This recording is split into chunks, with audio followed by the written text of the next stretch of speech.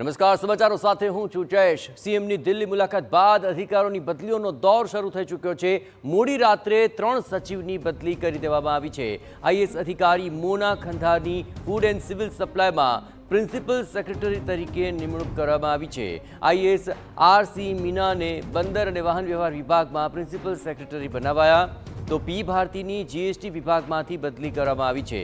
P ભારતીની science and ટેકનોલોજીમાં સચિવ તરીકે નિમણૂક કરવામાં આવી છે। વધુ વિગતે વાત કરવા જોડાઈ રહ્યા છે TV9 political editor Kinjal Mishra. Kinjal, મહત્વપૂર્ણ આ બદલીઓ થઈ છે, પણ સીએમની આ દિલ્હી મુલાકાત બાદ આ તમામ ફેરફાર આવ્યા છે। શું મળી રહ્યા છે સંકેત?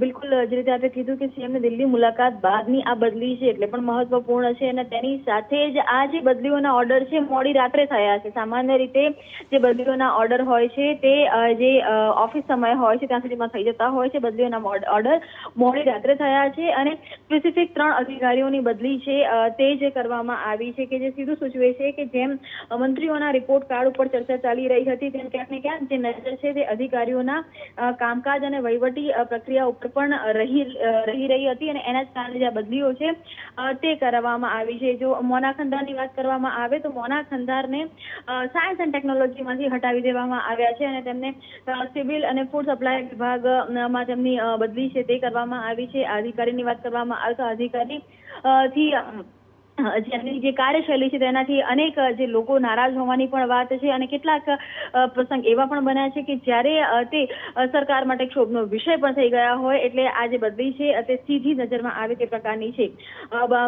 બંદર તથા વાહન વ્યવહાર ખૂબ જ મહત્વનો વિભાગ છે, તો ત્યાં આરસી મીના છે તેમની બદલી કરવામાં આવી છે અને માનવામાં આવી રહ્યું છે, તે પહેલા સિવિલ સપ્લાયમાં હતા તો માનવામાં આવી રહ્યું છે કે આ જે વિભાગ છે મજબૂત કરવા માટે આરસી મીનાને બંદર અને વાહન વ્યવહાર વિભાગમાં લઈ જવામાં આવ્યા છે। પી ભારતીની વાત કરવામાં આવે તો પી ભારતીને પહેલા ઇલેક્શન કમિશનમાં પણ હતા, જીએસટીના પણ અનુભવ છે, ત્યારે સાયન્સ અને ટેકનોલોજીના સચિવ તરીકે પણ તેમની બદલી કરવામાં આવી છે। મોડી રાત્રે થયેલી બદલી અને મુખ્યપ્રધાનની મુલાકાત કે જ્યાં તે વડાપ્રધાનને મળ્યા હતા અને ત્યારબાદની આજે સૂચના માનવામાં આવી રહી છે અને આ બદલીનો દોર જોતા આગામી સમયમાં જે છેલ્લા ઘણા સમયથી આઈપીએસની બદલીઓ અટકેલી છે તે પણ આવી જાય તેવું લાગી રહ્યું છે।